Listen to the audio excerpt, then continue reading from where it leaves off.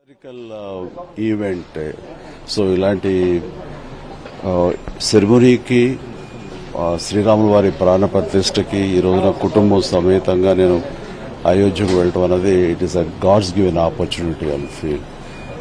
And it's a dream of all the Indians for last so many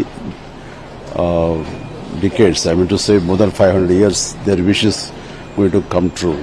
So ఇలాంటి అకేషన్కి మేము వెళ్ళటము అందులో మేము part అవటం అన్నది ఆ భగవంతుడు మాకు ఇచ్చిన గొప్ప అవకాశంగా నేను భావిస్తున్నాను.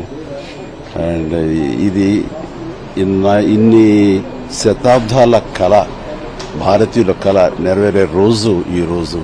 ఆ రాముల వారి ప్రాణ ప్రతిష్ఠ జరుగుతున్నటువంటి ఈ ఈవెంట్లో మేము విట్నెస్ చేయటం, అవకాశం కల్పించినటువంటి దానికోసం ప్రయత్నించినటువంటి ప్రతి ఒక్కరూ కూడా అభినందనీయులే.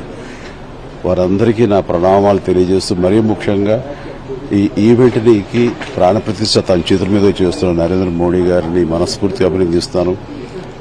ఇది ఇలా జరగటానికి, భారతీయుల కళ నెరవేరటానికి కారణభూతమైనటువంటి నరేంద్ర మోడీ గారికి, వారి 50 మందికి వెనుకున్నటువంటి ప్రతి ఒక్కరికి నా అభినందనలు.